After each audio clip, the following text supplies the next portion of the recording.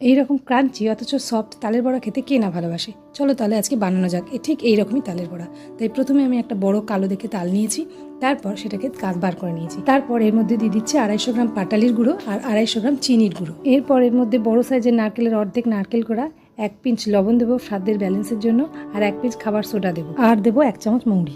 তারপর এর মধ্যে দেবো 200 গ্রাম ময়দা। সব কিছু একসাথে একটা চামচের সাহায্যে বা হাতের সাহায্যে ভালো করে মিশিয়ে নেব। তারপর সব শেষে দেবো 100 গ্রাম সুজি। সুজি দিলে কিন্তু বড়ার মধ্যে ক্রাঞ্চি ভাবটা বজায় থাকে। সুজিকেও খুব ভালোভাবে মিশিয়ে নিতে হবে তালের সাথে। তারপর এই কনসিস্টেন্সিতে আসলে ভাববেন আপনার তালের বড়ার ব্যাটার রেডি। তারপর ওভেনে একটা কড়াই বসিয়ে তার ভিতরে তেল গরম হতে দিতে হবে। তেল গরম হয়ে যাওয়ার পরে বড়ার আকারে গরম তেলের মধ্যে ছেড়ে দিতে হবে। তারপর এপিট ওপিট খুব ভালোভাবে বাদামি করে ভেজে নিলেই আপনার ক্রাঞ্চি সফট তালের বড়া রেডি।